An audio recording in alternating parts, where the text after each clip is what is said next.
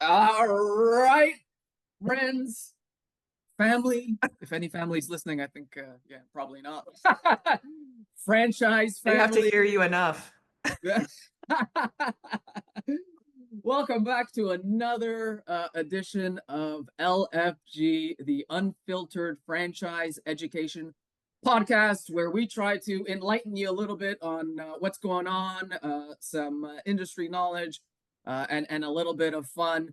I am Michael Hyam, and Leanne Caruso, my co-host, is how's it going, Leanne? How's your day been? How's your week been? How was Niagara Falls? Oh God, all these questions. Everything is really good. Yeah, Niagara Falls was amazing. CFA was so good. It's my first CFA, and I got to see all of my favorite Canadians.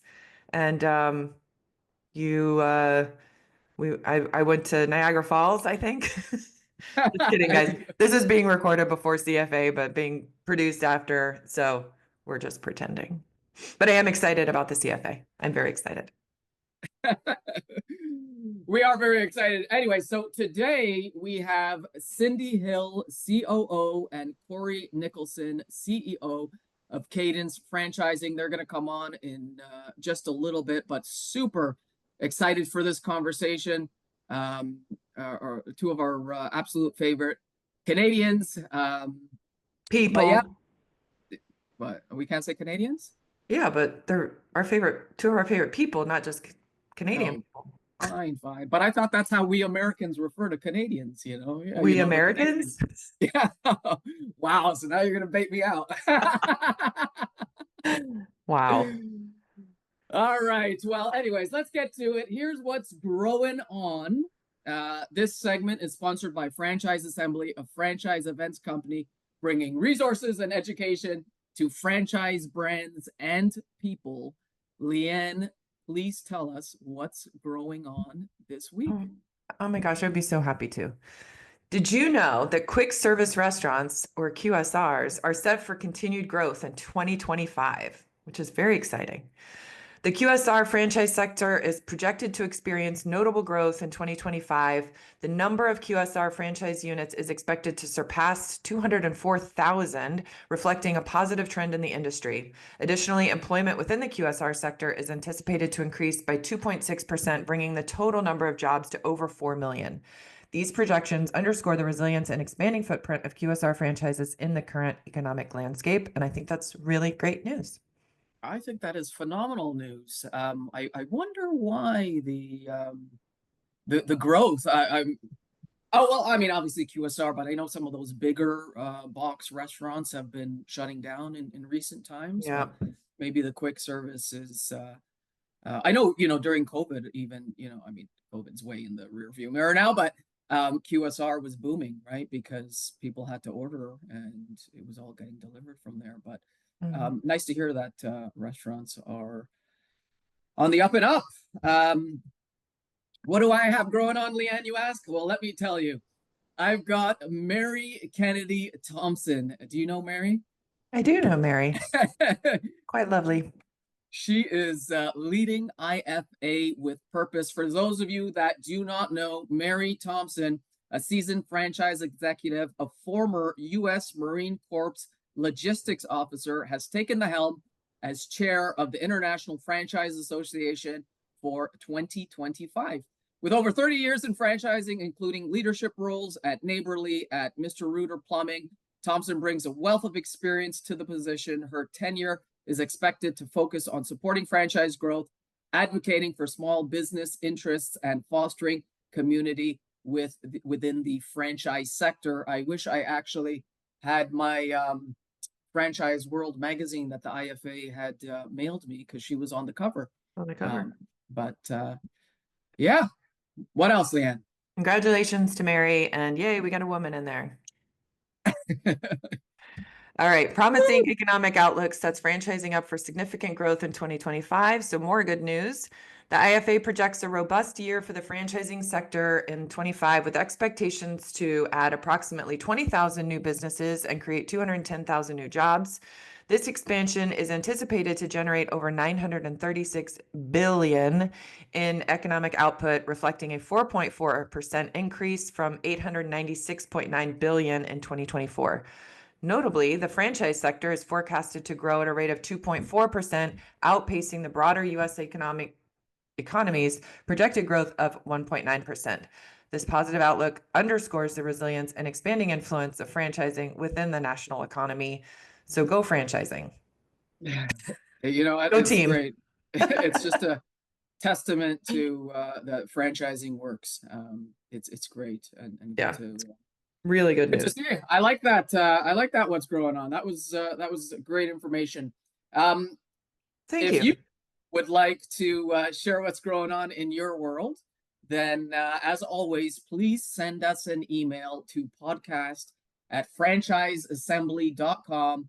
Especially good news. We love great good news. Leanne monitors that, and if you don't make it on, it's because she didn't like you. Stop it. Oh, what? I tell you, I say put them on. Let's go. Oh my No. God. Oh, before we get to franchise royals, this segment. Leanne, please What? stop calling me that.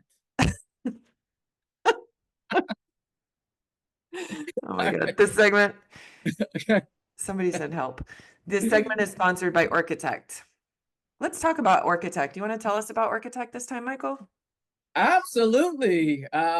Again, just to reiterate, this franchise royals is sponsored by our friends at Architect, who we love very much. Managing multiple franchise locations, meet Maestro by Architect, your ultimate business intelligence solution. Gain a centralized view of your entire network, leverage predictive analytics, and make data-driven decisions to boost productivity and profitability. Seamlessly integrate with QuickBooks and automate tasks like royalty payments. Trusted by successful franchises, Maestro transforms operations across retail, health, education, sports. Visit architect.com and take your franchise to the next level. Leanne, who's your franchise royal? Talk to me. My franchise royal is my good friend Ashley Myers. She just announced that she just achieved 1 year at a place at home as the director of marketing. I used to work with a place at home, and I was very honored to hire her there. And so she's just been a great fit. I've loved getting to know her, and she really kind of she's never been in franchising either, and she loves it, and she's doing a great job and really filling that role very well. And I'm so proud of her. I'm very happy that that she's 1 year and one down, many to go, I hope. That is great. Golf Congratulations, clap. Ashley. It's always nice when you bring someone on and they're thriving. That's great. Yeah. Yay, Ashley. She's the ye to my haw. Oh, oh my gosh. That's an inside joke. Yes, Leanne, who is my franchise role? You asked. That's so nice. So let me tell you. We know you're going to tell us. I Uh, don't need to my, ask. oh, damn. Feisty. Um, this week I've got two of my favorites, Joe Souza and Nicole Dayer, friends who I have known now for many years. And I saw on LinkedIn that Joe had posted that they just sold their 100th territory. Nicole has great vision, and Joe is the man when it comes to sales. It's just such a great, it's been really wonderful. They do a lot of franchise trade shows, and it's been wonderful seeing the whole system grow as a whole. Congratulations, guys! 100 territory is no small feat. That's amazing. Congratulations. Yeah, their marketing executive is in our mastermind group too, Catherine. Yes, she is. Very exciting. Okay, before we head to show and tell and talk to Cindy and Corey about all things lead nurturing, please take a moment to learn about our podcast sponsor, Subtle Strauss. Franchisors love Subtle Strauss because we protect their brand standard across all marketing channels. Z's love our marketing platform because they can customize, print, download, and mail brand right collateral for their local market in minutes. Want to see how it works? Connect with me, Karen Wenning, on LinkedIn. All right, so we are back. Back from what, Leanne? Where did we go? I don't know. We are back. Anyways, I'm just kidding around. So proud of Joe and Nicole there once again. But um, this segment, by the way, is one of our absolute favorites. This is Show and Tell. Show and Tell is meant for our industry experts, our thought leaders who are going to shed some light. And boy, oh boy, do we have a couple of thought leaders. Two of our favorite Canadians are here with us. Leanne, who do we have today? Today, I'm very excited to welcome Corey Nicholson and Cindy Hill from Cadence Franchising. Thank you guys so much. We've been wanting to have you on, obviously, for a very long time. We just haven't been able to make the schedules work, but we're super excited that you're here. I even dressed up for you in your gear, not mine. So as we were just talking, this is my favorite sweatshirt of all time. I think I've worn it across the country along with my blue one. So thank you for providing me clothing as well. All right, so a little bit about Cadence Franchising before we get started. Cadence Franchising is a franchise sales and marketing organization dedicated to modernizing franchise recruitment. They deliver sensible CRM solutions, telling compelling stories and crafting exceptional sales experiences for ambitious franchise sellers. Their lead nurturing services boost interest with qualified buyers, increase conversions, and expand franchise networks faster and better. Now, I've had the pleasure and honor of working with you guys on several projects with several different clients. So I believe wholly in everything that you guys are doing. And I don't think that anybody else is really doing it in the industry, especially the way that you guys do it. So congratulations to you on building Cadence Franchising. But tell us a little bit about yourselves and kind of how you got here and how you built Cadence and why would you build a company that just specializes in lead nurturing? Awesome. Well, thank you both for having us. So happy to be here. And I know it was a long time coming, so I'm happy we finally made this work out. So about ourselves, yeah, we are, like you said, we're lead nurturing specialists. Lead nurturing meaning we fill that gap in between when leads are generated for a franchise opportunity and when the sales process begins with those people who are like truly qualified and actually stand a chance of becoming a franchisee. So a little bit about our background. Cindy and I worked together at a sales and marketing agency that specialized in data management for many years. Actually, 13 years we worked together before we became business partners. Probably aging ourselves a little bit by saying that. But yeah, we it was a generalist agency with CRM and marketing automation expertise, and we both came up through our careers there and learned a lot about how to properly manage lead and customer data for all kinds of different companies, different industries, different business types. Myself, I more went the consulting and sales route. Cindy kind of more the operations and project management route.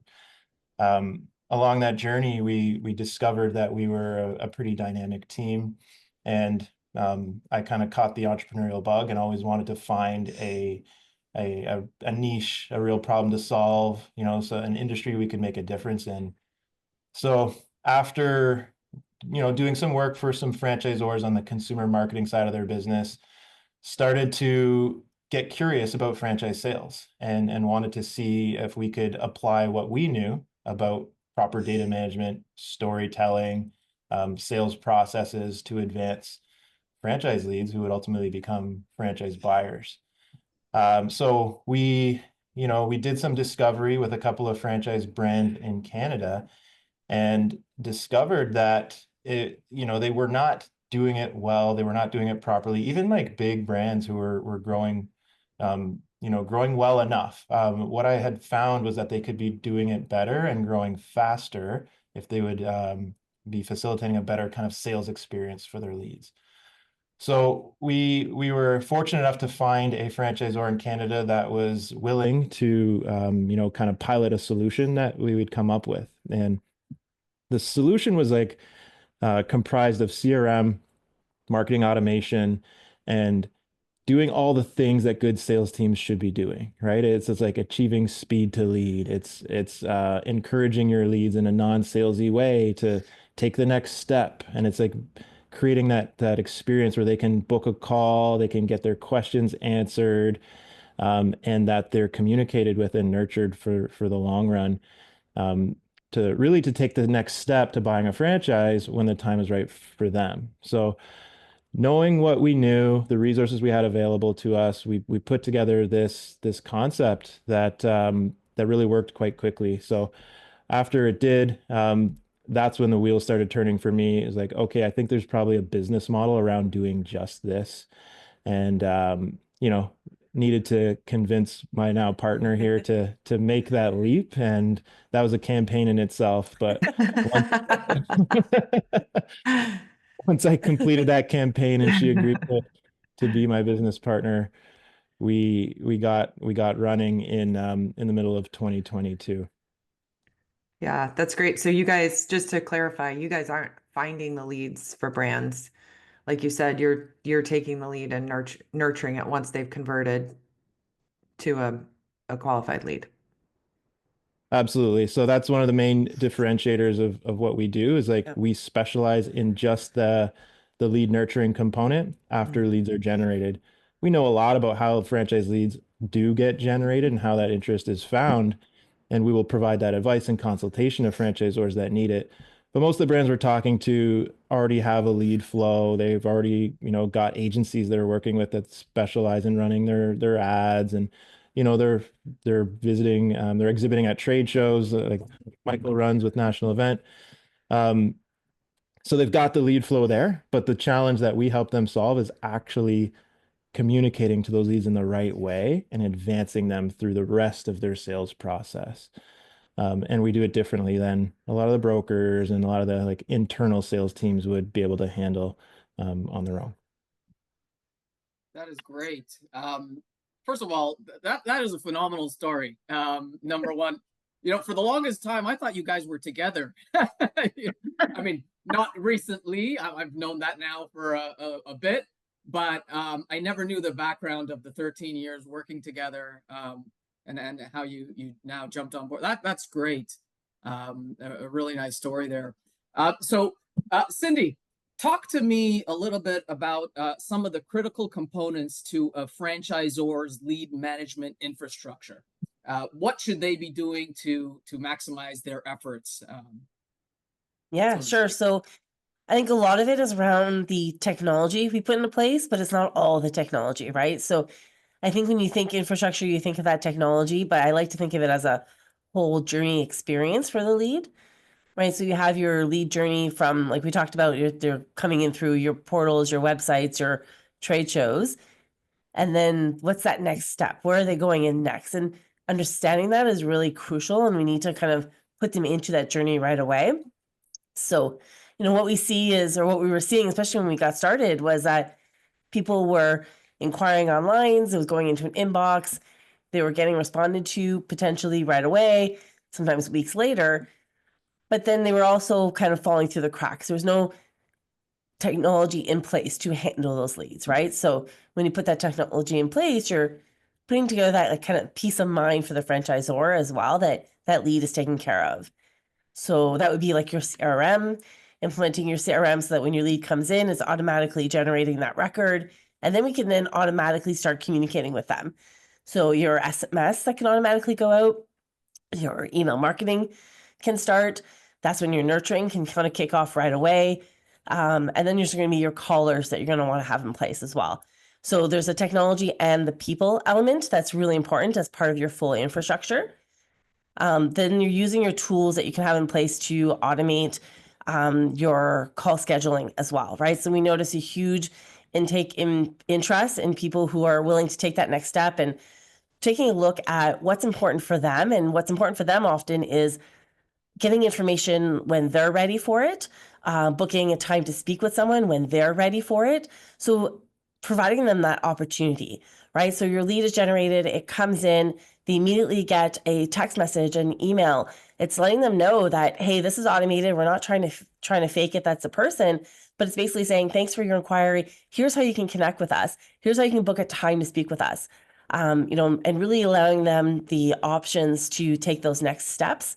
And then that next step from there is having that human element, right? Having that dedicated lead qualifier, calling the leads, following up in emails.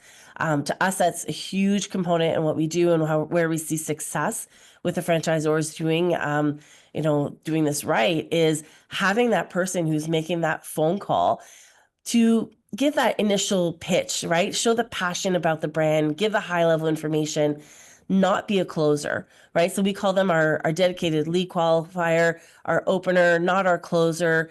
They're not the founder. They're really someone who's there to get that lead excited about the next steps and really set those expectations. So as much as you think infrastructure, you think technology, it's really important to also have that human element in place. And then putting both together by having the proper workflows and rules and policies around, the speed to lead, how quickly are we calling them, how often are we following up?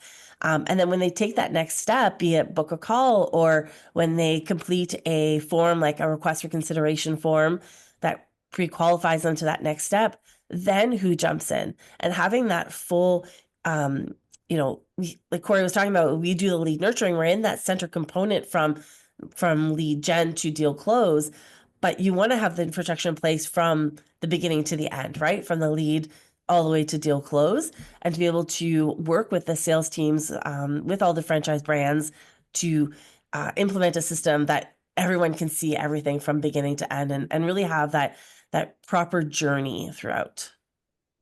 It's so important. I can't even tell you, like coming from the trade show industry. First of all, I would take even a step back. Some emerging brands, they don't even know that they need to follow up. That they're expecting, okay, I just got 100 leads. These guys are all gonna call me. Well, no, that's not the way it works, right? You need to do exactly what you said. Input and lead to speed is a whole other thing that you need to be calling them like the day after. I know some of the trade show professionals, they will literally go back to their hotel room and call them after the end of the show because they know how crucial it is and the percentage of ratio that you're actually going to close if you're able to talk to them so quickly. So everything you're saying is so important, both from the human aspect and the technology. I love it.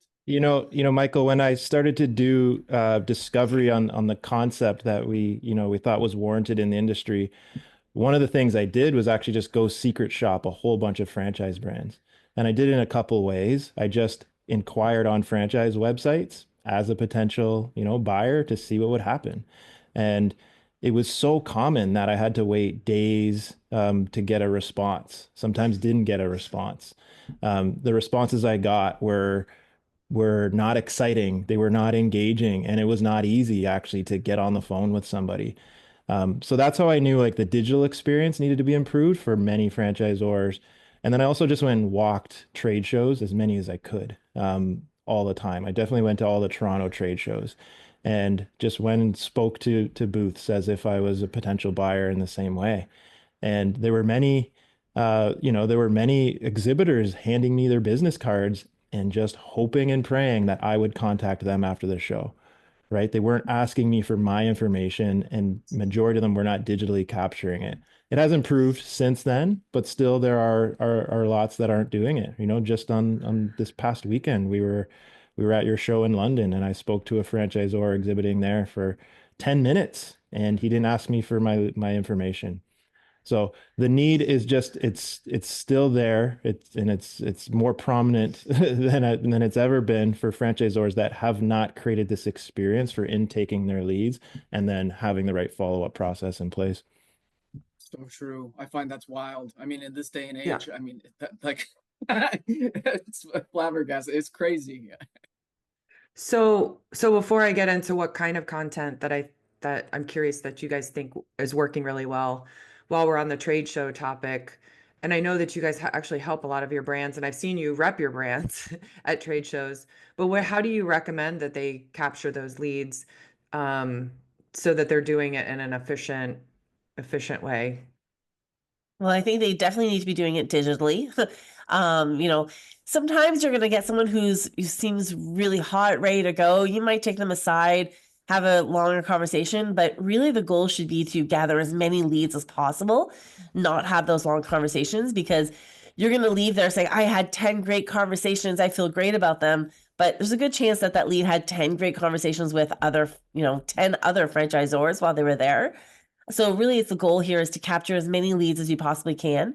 And then having that next step already set up before the show, right? Having an email that's ready to be sent out, automating it so that as soon as the lead comes in that evening at 7, 8 o'clock, they automatically get an email that says, thanks for visiting us at the show today. Great speaking with you. Here's your next step.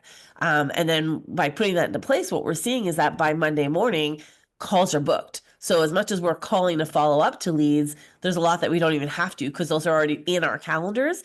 And we're really trying to get into their inbox first. So that's really a big component into doing this, but really connecting them digitally, because otherwise you're going back to the hotel, you're typing them in, you're already behind from someone who's started to message those leads. That's great. Sorry, as a sales guy, I was just saying, this is great. What you could do and what you might have done has been like, listen, you need us. This is exactly what happened. Go to the CEO and say, I went to your booth and no one's followed up with us. Yeah. That's great. Okay, so now I'm going to go back to the question because you were talking about content. So what kind of content is working? I work with several brands, and so I think they're just trying to figure out that nurture process and what makes a lot of sense. And there's a lot of hype about video included in the content. But what kind of content do you want to keep people engaged throughout the journey? Yeah, so the content topic, it's something we've put a lot of thought into over the years. And it's also something I learned throughout my secret shopping and kind of like ghost inquiring, is that a lot of the content was not engaging. It was often pushy and salesy. And we wanted to come up with an approach that took more of a kind of storytelling method, right? Because buying a franchise for somebody is more often than not the biggest investment they've made up into this point in their lives, potentially outside of their homes if they're homeowners. A lot of potential franchisees are coming off working a long career and building up their savings account to a point where they can afford to buy a business and actually like get into real discussions about that with their spouse or with their business partner. It's not something it's not a decision that's made on a whim, right? This is like a very important decision in someone's life.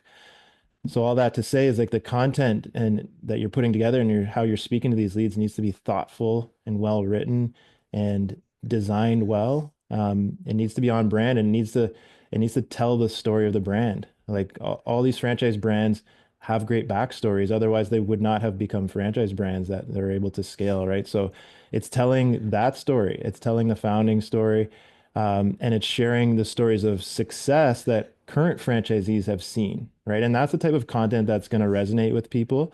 It's look what our franchise brand has enabled for all of these other previous entrepreneurs, and look at the change of life that they've gone through, and look how happy they are now and the difference that they've made in their community. So when we're developing content, we really try to tug at the heartstrings. We try to address the pain points, and then we definitely make sure that we answer all of the frequently asked questions. And the frequently asked questions are exactly that. They're asked most commonly. So we make sure that those are answered like as quickly as possible and as often as possible in the nurturing campaigns that we design. So our storytelling approach really comprises like 3 aspects, I like to say. There's the education, there's the inspiration, and the motivation. So 1, the education. We are educating franchise leads on what is franchising. There's many that actually don't totally understand the concept of what a franchisor is there to provide, what's expected of them of a franchisee, and really like what are all the rules and the structures around franchising. So we're educating them on that. We're inspiring them about, what is the why? Like why does this brand exist?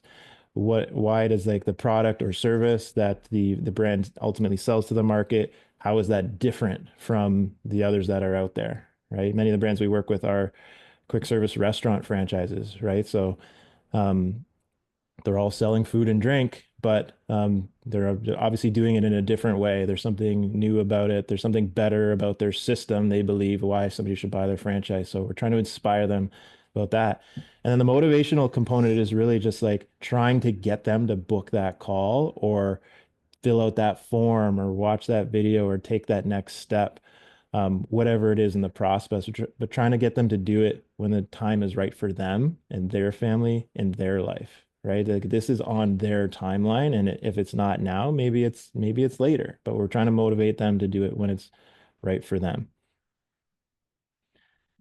That's You great. also You asked know, about video. So sorry, Michael. So videos, yeah, like video content is like some of the most engaging and clickable, content in the stuff that we send out. So we don't do video production here at Cadence, but we've got lots of videographer partnerships. So we highly recommend that franchisors produce video content, home office teams speaking, the leadership, right? People are buying into people as much as they're buying into the brand. So you want to showcase the leadership and how they're supporting their franchisees.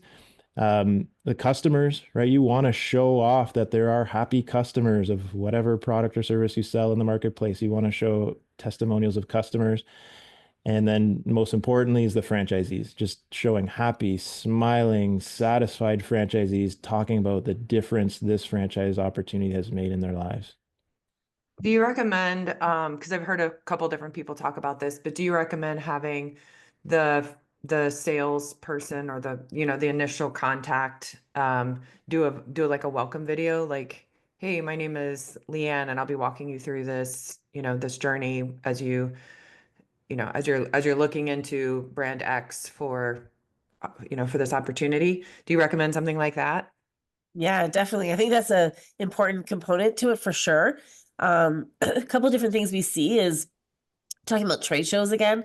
When you tell people that you're going to be at a trade show, it's who's going to be at the trade show. Come meet the team and really putting forth who they're going to come see.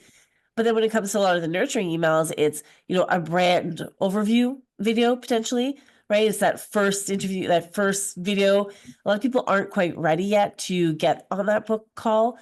So that's why these videos come in. So you might want to have shorter, longer ones, but really put in front of them, like who is that team? Who are they going to be working with throughout that process? It's definitely really important as part of the whole content that we're putting out there. Very cool. yeah, listen, you're 100% right. The video content, it's so personable and it works. And especially when it's coming to a higher priced sale like this, they should absolutely be doing so. I mean, something that's more transactional, maybe it's not as easy to do, with the time consuming. But something like that, 100%, which is actually perfect to lead into my next question, which was some of the common challenges for franchisors when qualifying leads, because we obviously know whether it's a trade show or not, that not every lead is going to be qualified. What do you recommend for handling that? Yeah, so definitely not all the same. Like not every lead has the same, they're not quite ready at the same level, right? So someone who comes into your website might be more prepared, might be more aware of your brand and ready to move forward. But when you're taking a look at trade show leads, portal leads, social media, they're really just curious, right? It's the curiosity that's got them. They've seen an ad, they want to know about the brand, but they might not be ready to move forward. So that's where that content that we were kind of talking about before is really key, because we might be communicating with them differently based on the source, right? Where they came from. Or it might take a little bit more time, a little bit less direct, a little bit more educational component to it. So that's why we always take a look at the lead source. Really, at the end of the day, everything is based on the lead source. The content that we're sending out, the communication, taking a look at the different personas of who's on the phone is often based on the source as well, who's coming in, and really taking a look at how we're going to communicate with them or what we'll offer them. If we're offering them that call, that one-on-one, if we're looking at setting up group webinars really based on their readiness, that's another way that we would handle people that are not necessarily quite ready to move forward. And then taking a look at all the reasons why they might not be ready. So taking a look at, their financial capability, are they ready to leave that secure job? Do they have to convince that spouse? Is their territory even available? All of these are reasons why they might not qualify, but these are also reasons and different subjects of what we could talk about in the emails, right? And a lot of the content that we put out there is based on why we know someone might not be ready, why someone might not be qualified, and really putting out that education out there to let them know, hey, we know that you might not have, the 1.4 million to purchase this one location, but there's options out there. There's financing. So it's really kind of getting ahead of what makes someone not qualified by educating them with on how they can become qualified. And often that's a time thing too, right? We often see leads that are coming in that day one, they're not qualified, but a year later, 3 years later, 6 years later, we've seen leads come back and they're like, now I have the money. I didn't have it 6 years ago, but I've been saving, or I found the right partners. We know it takes a while to find the right partners when you're going into business, right? So that's something that takes time. And that's why we really see the power of the lead nurturing is in the emails that we're sending out in perpetuity, because someone can be ready at any time, right? You're ready to, like Corey was saying, we need to motivate them to take that step when they're ready to take that step. So I have a question, and I don't know if maybe you guys are going to talk about this later, but because you just said in perpetuity, so there are leads that people consider dead, after after a year, or after, I don't know at what point you consider a lead dead, or maybe they just stop contacting, or how they fall out of the funnel. So curious, on I guess on that, two questions, like when would you consider a lead dead? Although I think you guys say nothing is ever dead, but and then what are good campaigns to run for dead leads or older leads that could come back after 6 years? I know I worked with somebody that came back after like 14 years, I think. Like it's crazy, but there are stories like that out there. So I'm curious to know your thoughts. Yeah. Yeah, I'm glad you brought that up, because we've kind of made it a personal campaign of ours to educate franchisors to stop using the term dead leads. We actually don't believe that leads are dead unless they actually die. Rest in peace. RIP. But for everyone else, continue to nurture them unless you've disqualified them as what we call our asshole rule, and it's not somebody you want in your system. Other than that, these are people who might go through some change of life, or they might build their savings account up to being able to afford a franchise. So continue to nurture them. The reason we wanted to have this campaign to stop using that term is because the word dead has certain connotations to it. When people hear it, sales teams hear it, many salespeople are junior. It's just like dead. Okay, I'm not gonna try as hard with these, but use the term like cold or stale leads. Those can be heated back up, right? And they can be revived. So our methodology is exactly like you said. It's nurture in perpetuity. When we design nurturing campaigns, they actually don't stop. We continue to drip leads forever. And that's part of like our value proposition for our brands that work with us. And it works so well because often we will see leads convert to qualified buyers, sometimes years down the road. And it's that continual drip of information to catch them when the time is right, or when they've gone through a change of life that makes sense for them. Yeah. I think often too, the education component is they're further down the line, so that if they've been nurtured for so long and now they're saying, okay, I'm ready to take that next step to deal close is faster because they are ready. They don't have to go through, a month in each single step. They're ready to move forward. Like, no, I'm good. I have the money. I know what you need. I've been reading your emails. I know exactly what the criteria is. So that process can speed up even at at those stages. That's cool. So how do you measure performance? So the performance is really measured from end to end, right? From lead to deal close. That's super important. And everything comes down to measuring it by the source so that you can take a look at, your KPIs. It's really important. And you take a look at, so for us, we're putting together some monthly reporting. We're taking a look at where the lead comes in, all that data, how qualified they are at the beginning, all the way to getting them to that, request for consideration form or an application form, for example. And that's really where normally, some of the nurturing will end because they're no longer a lead, they're a prospect. but you're tracking all their information all the way until deal close. So at the end of the day, you're able to take a look at your sources and track all of your information for every single step of the stage, as well as the time that it took from lead to prospect to franchise partner. So when it comes to measuring the leads engagement and that sales, that you'd be able to pull all of that information throughout your CRM as long as you have that in place. It's And then fascinating. Oh, I'm sorry. I was to say it's Oh. fascinating how many people aren't tracking the whole journey and the lead source, and I'm sure Exactly. it makes you crazy.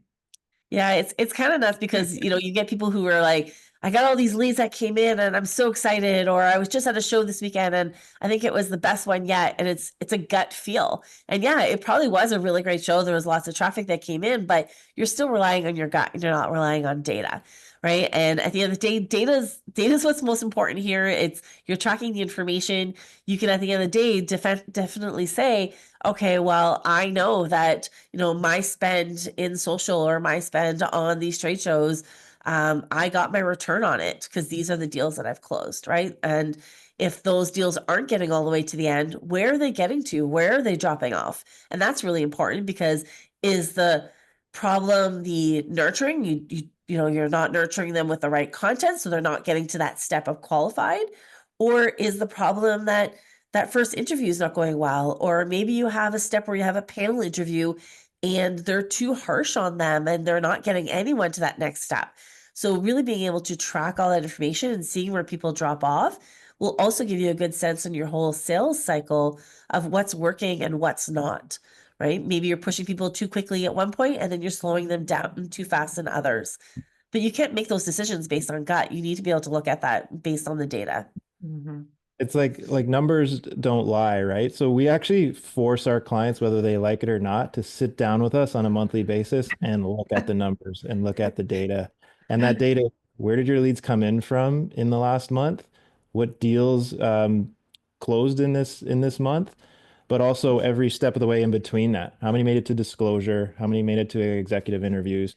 And often what we're doing is uncovering gaps and problems and underperforming salespeople, and just different issues that we can help them identify and then fix faster than waiting till the end of the year to do it, or like Cindy said, just relying on your gut feeling, which far too many franchisors are doing.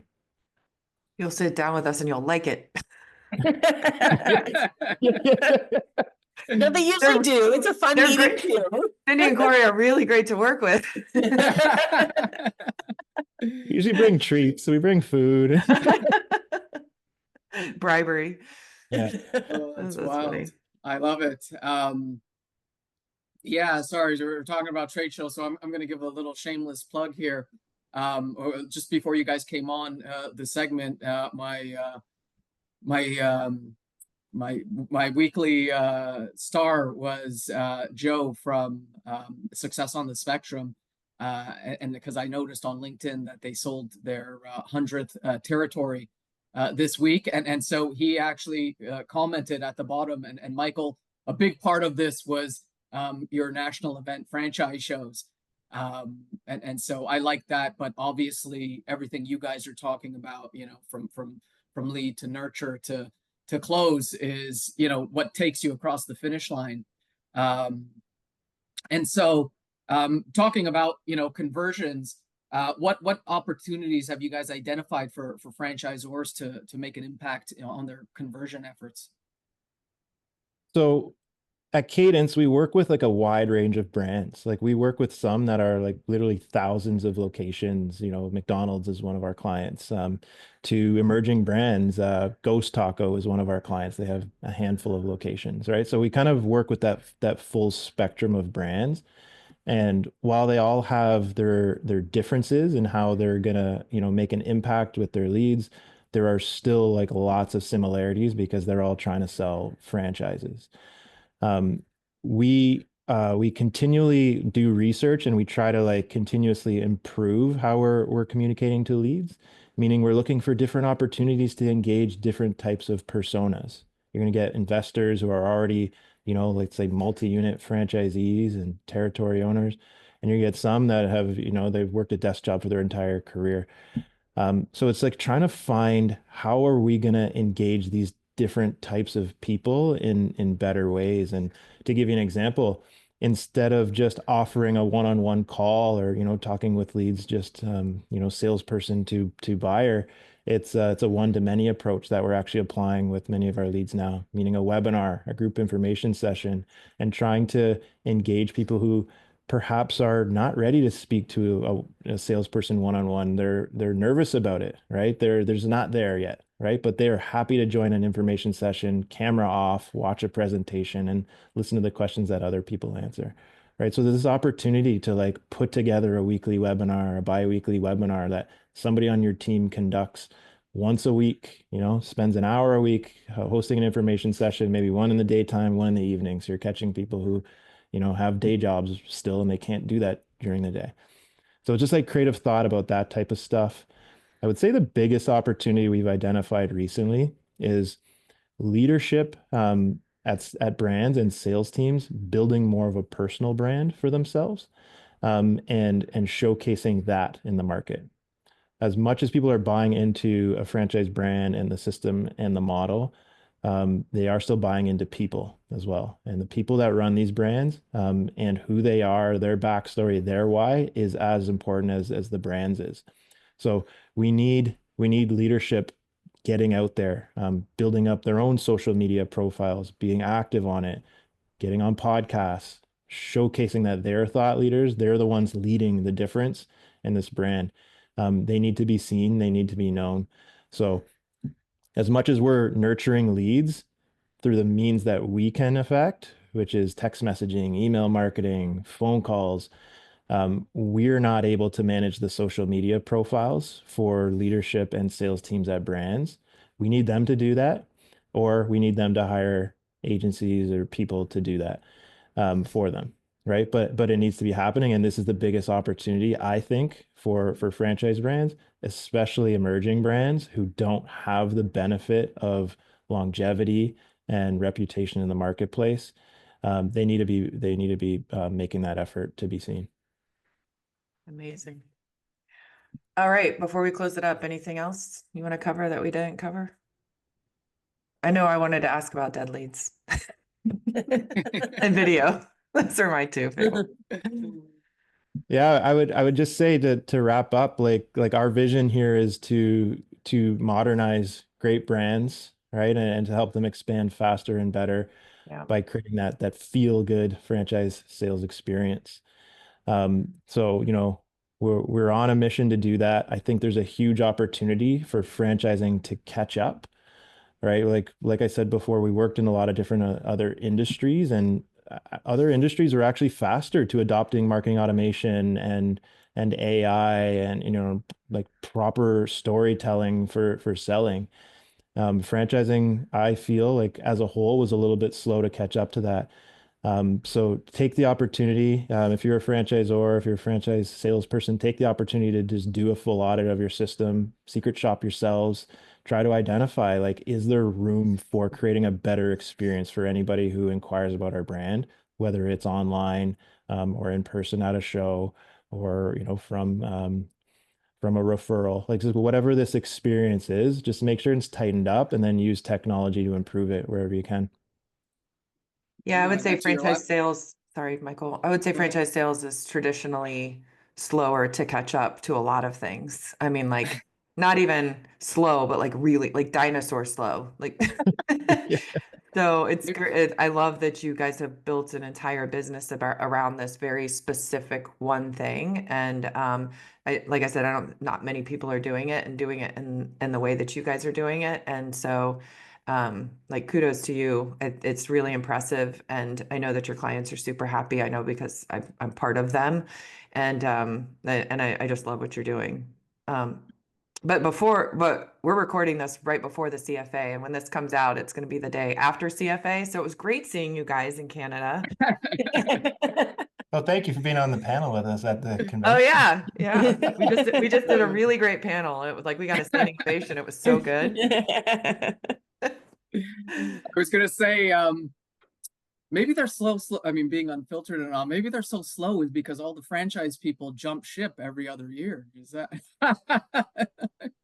I I think it's said just it. traditional sale. I think so. I mean, I think the problem is traditionally say franchise sales doesn't have strong marketing component to it. And the marketing teams don't pay attention to franchise sales, and they're often divided, or that it's just back burner. And so I think that because you have sales running marketing stuff, they don't have time, or they don't have the bandwidth or an understanding, they don't have the right partners in place.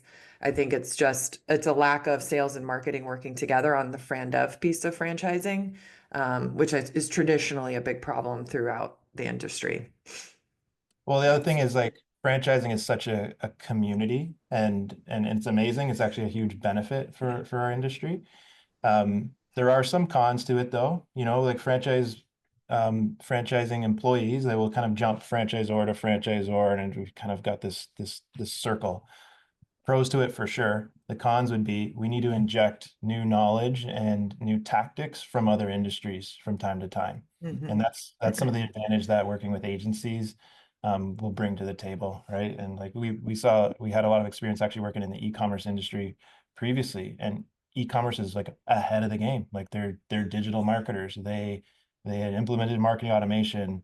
The nurturing is strong, and you know, we kind of saw like what's possible in another industry, and just like wanted to apply it to like franchise sales.